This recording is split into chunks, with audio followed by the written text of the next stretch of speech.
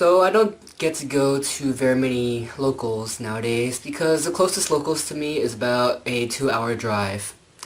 So yeah, I don't get to play very much Yu-Gi-Oh! As much as I used to, other than DN. So my playtesting is pretty limited. I think I did pretty well for the regionals that happened the previous Saturday.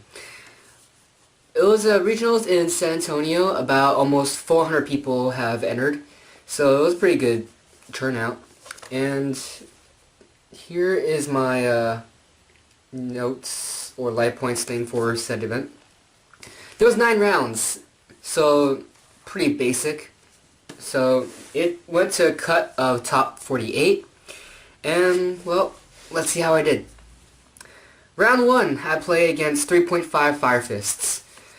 Game 1 was pretty weird because none of us drew any monsters, and he would set 5, I would set 5, he would summon, I would kill it, I would summon, he would kill it. It went back and forth like that for a long time, until eventually he won out because he plays more of a monster count than I do, with like tankies and such. So that went downhill from there. Game 2, I don't remember what happened really, but I ended up winning that one.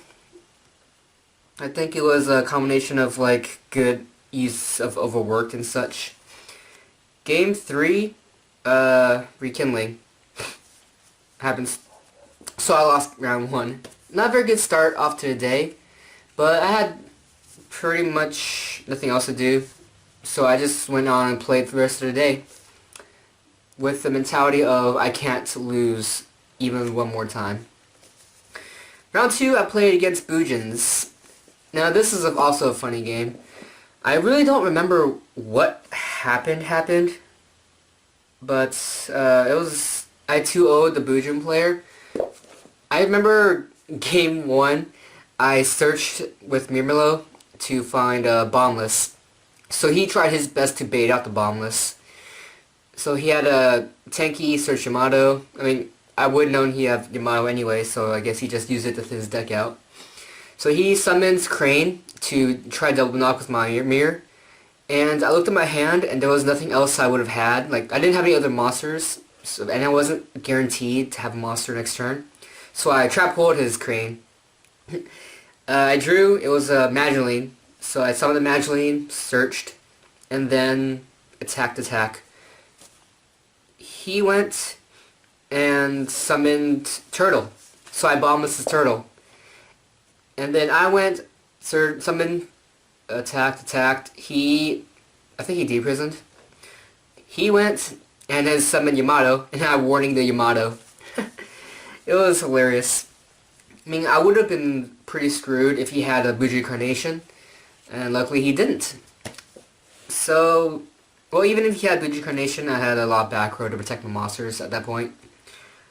So I won that one. Round 2, he didn't draw any good monsters, and I just kept killing his monsters with my back row. So I won against Boojins 2-0. Round 3, I play against Constellars. I don't remember much about this one either, but I remember I had good field presence throughout the entire game. I would always have bombless because I would always search with mirror, so you always try to avoid that. So I had a big monster on board. He would summon, because he was trying to beat out my bombless as best as he could, but I didn't fall for any of that. And then he would, because like I would just bombless the overlay. If he would make 101, I would just bombless it. Then he would lose material. If he would make Pleiades, I would just bombless that. And I would lose a monster, sure, but I have more monsters in my hand to kill his with. I would generally have more than one anyway. I would have like a 101 and a Hanzo with a super transformation set. Yeah. So, it went on like that, and I eventually won. 2-0. Round 4, I played against Boojin. Well, no, not Boojin. It's Chainburn. Or Nurse Burn. It was a kind of a... I think it was more Nurse Burn than Chainburn.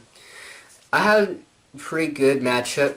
Well, I wouldn't say good matchup, but I was pretty determined not to lose against Nurse Burn. So I like... See, even here, you can see like... I thought it was Chainburn, but it wasn't. I didn't even keep track of my points on this thing. I was like so determined to not lose. But luckily I had Black Ship of Corn in my extra deck, so I would Black Ship all of his marshmallows, and I Veilered. Wait, he summoned his nurse. He activates Upstart. I would Veiler the nurse and so I would gain 1,000 instead of losing that 1,000. And yeah, it was pretty good. Like I won in the end.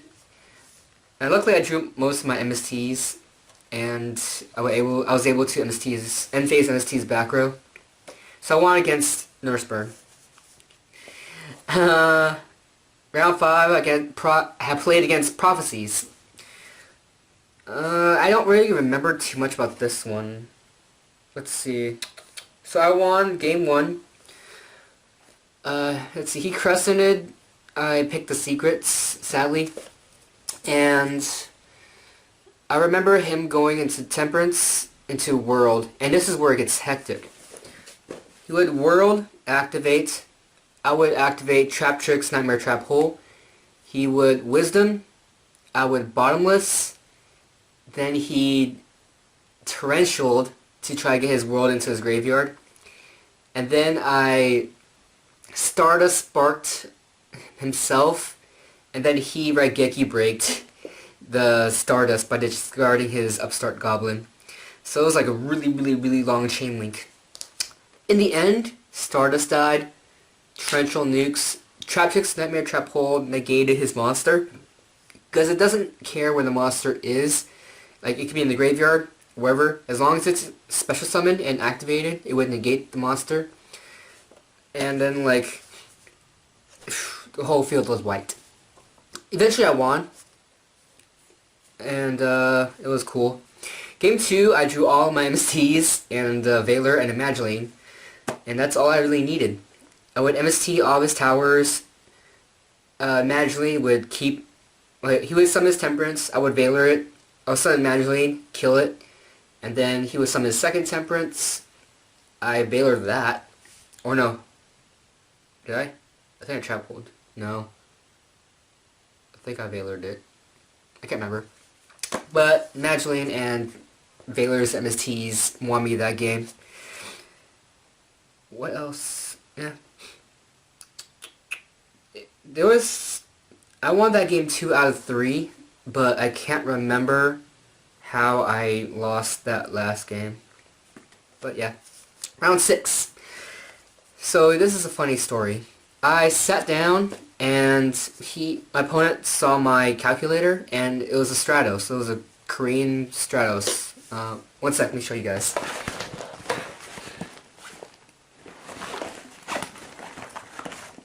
This is my calculator I used for the event. And this is the Stratos that I used, because it's the only rarity it comes to secret. My opponent commented on that, saying how he misses Stratos, how he misses heroes. And then he goes and says, "Do you know Crow Cresta?" No, I don't know Crow Cresta. And so he goes on about like how he used to play Hero Gate and how like how Crow Cresta got him back into Yu-Gi-Oh and such. And here I'm just like, you're kidding, right? I'm Crow Cresta. He didn't believe me, clearly. I mean, who would? Like, you know, you go to your first regional, and then you would play against the person you've watched on YouTube since, like, the beginning of your Yu-Gi-Oh career. So, he goes on and fanboys, like, huge. Fanboygasm's, like, huge. Shout out to you, Samuel Jr., if you're watching this, by the way. So, anyway... Beginning of the match, he plays 3.5 fists. Let's see, I remember I drew pretty good. I start off with Mind Crush. I Mind Crushed his Leopard, and because he duality'd for it. And then went back and forth from there. I remember Scrap Dragon popping his MST, and then I attacked, and then he activates Mirror Force, and I was pretty sad I missed the Mirror Force. He goes and top decks Rekindling, and then just does this huge play, and then womps me from there. So in the end, it didn't really matter if I popped the Mirror Force or not, because he would have just Vulcaned my Scrap Dragon back to my hand. And like, yeah. Game 2, I kept drawing all my back row, so he kept summoning. I would Bombus his bear, and he would just keep doing stuff, and I kept killing his monsters with my back row. He would summon Wolfbark, but he forgot that Bombus his bear, so his bear is banished and not in the graveyard. Yeah. Game 3, I don't really remember what happened, because a lot of his friends came by, and then he was pretty much telling his friends, "Oh, look, this is Crow Cresta," and then I'll just be like, "Man, yeah, I'm Crow Cresta. Could we just, like, play the game, though?" Yeah. So I won against 3.5 Fists, thank God, because I didn't want to lose to 3.5 Fists twice in one day. Yeah. So we had a talk, good time after that. Round 7, I played against Boojins. Nothing too special here.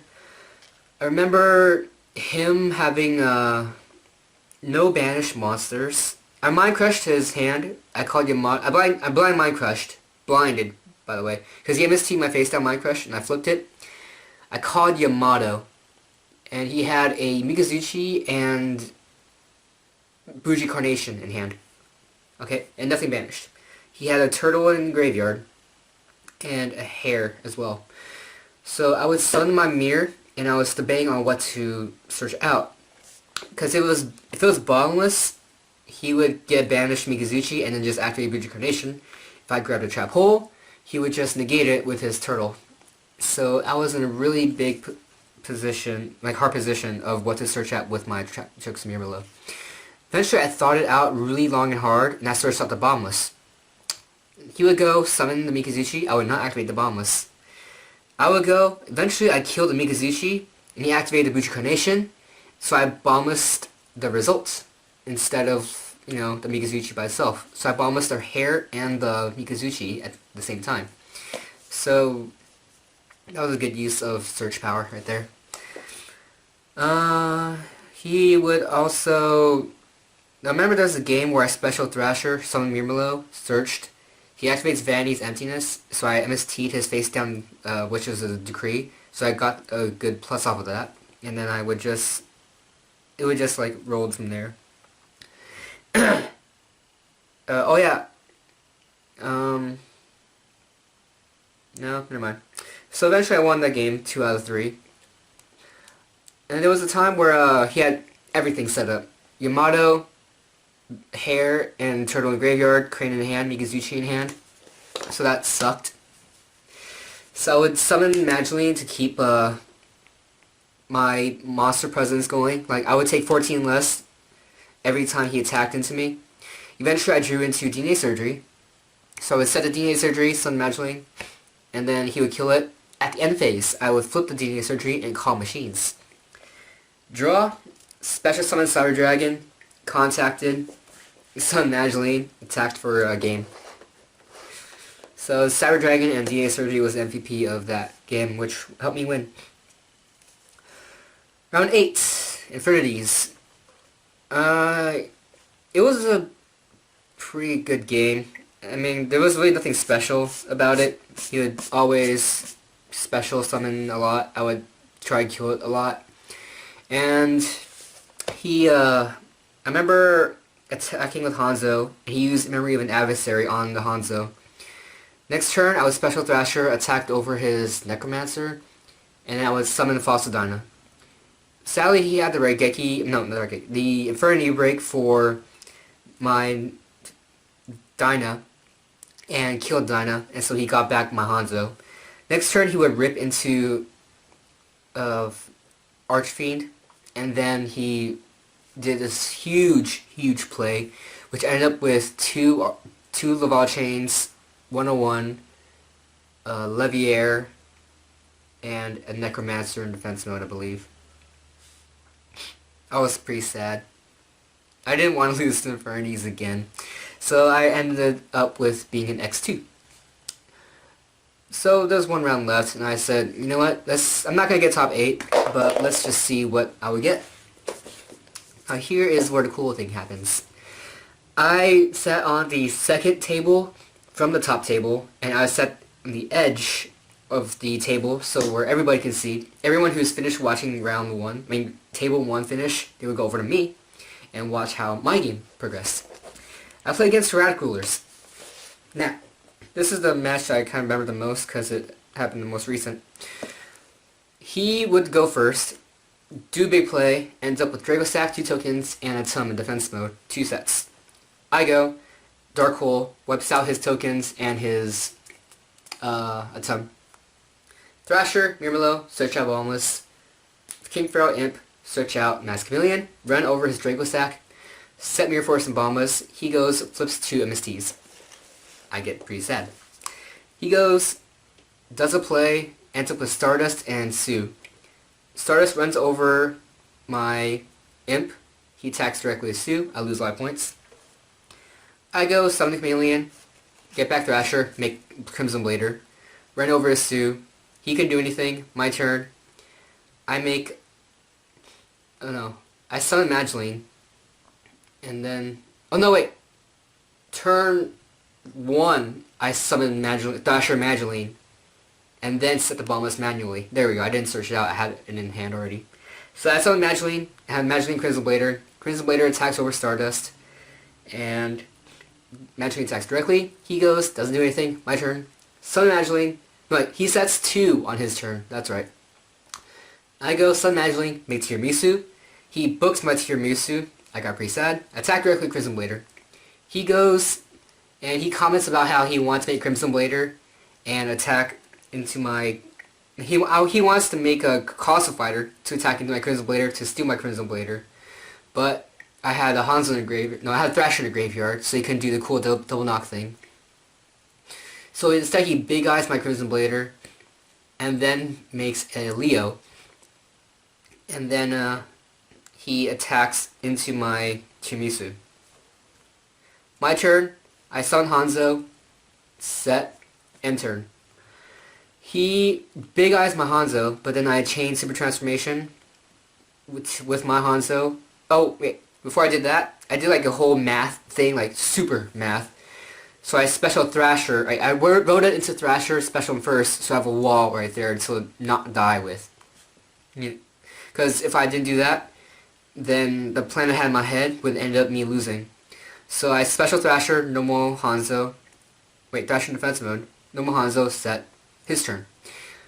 Big eyes my Hanzo, but I flipped the transformation, taking my Crimson Blader, like my old Crimson Blader, in my Hanzo, and then made a Redox in defense mode. He specials Blaster. He specials Blaster, and then normals his Debris Dragon. Kills my Thrasher with his Debris. Kills my Redox with his Leo, and then attacks directly with his Blaster. And then Synchros Blaster and Debris Dragon for Star Eater. So now his field is Blaster, Big Eye, Star Eater, and Leo. And I had pretty much nothing. My hand was a BLS and a Cyber Dragon. BLS and Cyber Dragon, not very useful. My turn. I draw into a Baylor. Now, this is where stuff gets hectic. The judge was to my left, sitting down, looking. A bunch of people were gathering, watching his field of Leo, Star Eater, and Big Eye, with dragons loaded in the graveyard. Now, you would think I've lost this one, right? Takes me about 5 to 10 minutes to think about this play, and then I finally figure it out. I banished Mageline and Tiramisu in my graveyard for the Redox to special him. Then I summoned the Veiler, synchro it into my Colossal Fighter, and then my Colossal Fighter was at 3,200 thanks to my warriors in the graveyard. And then, see, I had the Crimson Blader, Hanzo, and 2 Thrashers to make Colossal Fighter 3,200. Then I dropped the BLS. The BLS banished 1 warrior from my graveyard, so now my Colossal Fighter is at 31. So my Colossal Fighter crashed into his Leo, and then brought himself back, and then ran over his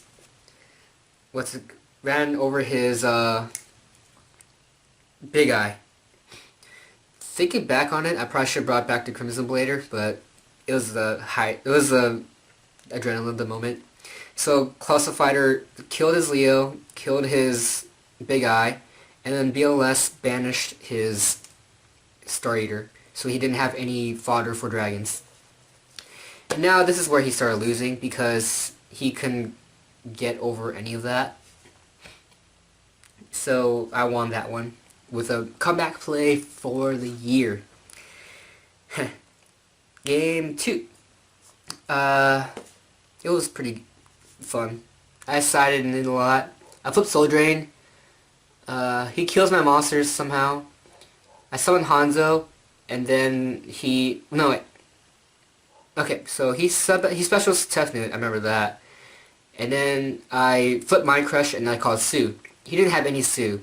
He had Labradorite, a Debris, Convocation, Skill Drain, the Tefnut that he had summoned, and one more card. I can't remember the last card. Okay, I can't remember it, but it wasn't important. But then he Convocations in the suit, does a big play. But I killed it. Then he specials the... Oh, it was Blaster. So he specials Blaster. And then I summon Hanzo. Then he flips Skill Drain. No, wait. No, I didn't summon Hanzo. I remember now.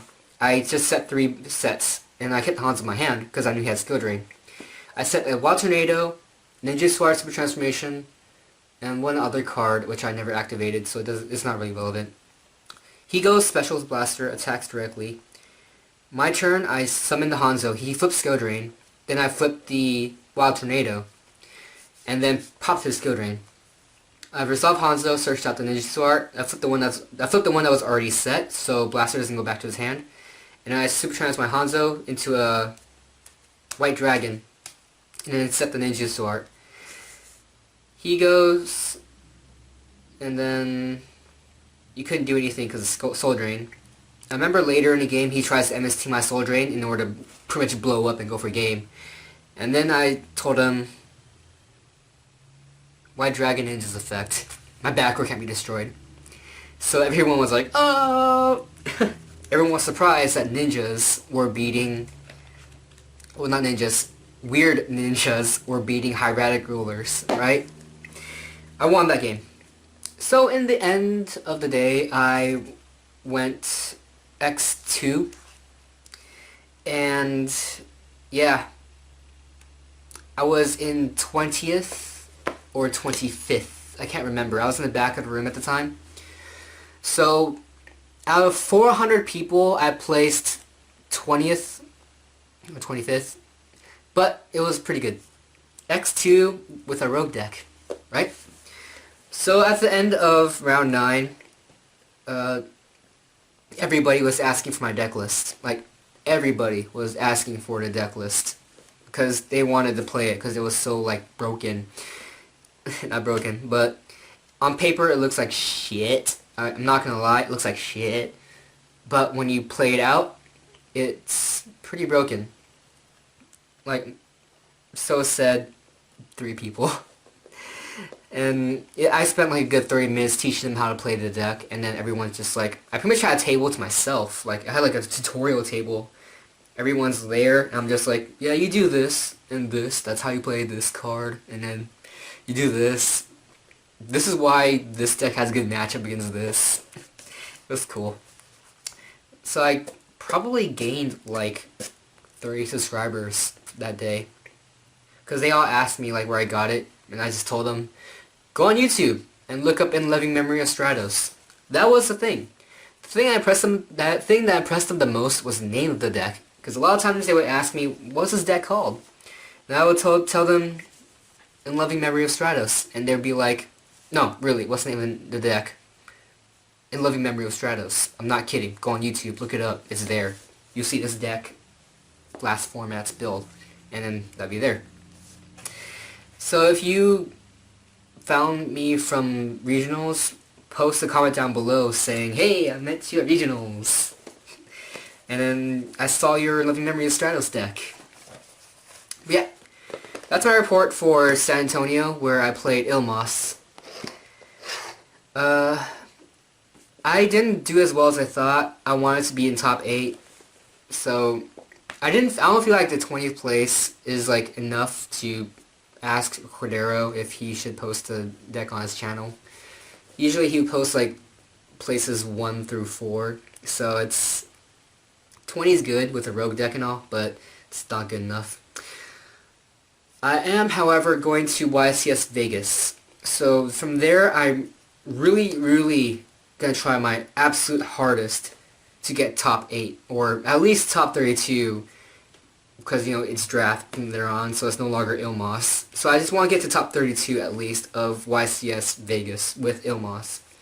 I want this deck to be good, like famous, and, you know, meta or something, because a lot of the times people look at a deck and they're like, ah, deck shit, it's, why are you playing bad decks, play a better deck. Here I'm just like, you're an idiot. Stop being close-minded. The deck's good. You just don't know. People are always like metafags, and, you know, they want to play archetype decks only, or else it's not good. People don't like rogue, you know. And the deck's good, okay? It's pretty awesome. It looks awesome. Whoever I played against, they're just like, now that's a rogue deck. I'm want to tell my friends how to make rogue decks, because their rogue decks are crap. This is a rogue deck. And then, like, I guess such good comments about the deck, and, you know, those are people that matter. So I just want to say, wish me luck at YCS Vegas. I'm, like, actually, it's weird, because I'm not playing the deck to win, like, to win. I'm playing a deck because I really want this deck to be well known. You know, I want to be known for creating this cool-ass deck, you know, like how Jeff Jones was about Psychics and Danny Warrior. I just want this to be like my thing, you know? You know, show the world that Rogue can win. You don't have to play meta to win. Rogue, if you're creative, Rogue is good. I'm taking Loving Memory of Stratos. So yeah, that's end of my rant / regional report. This is Crow Cresta, signing out.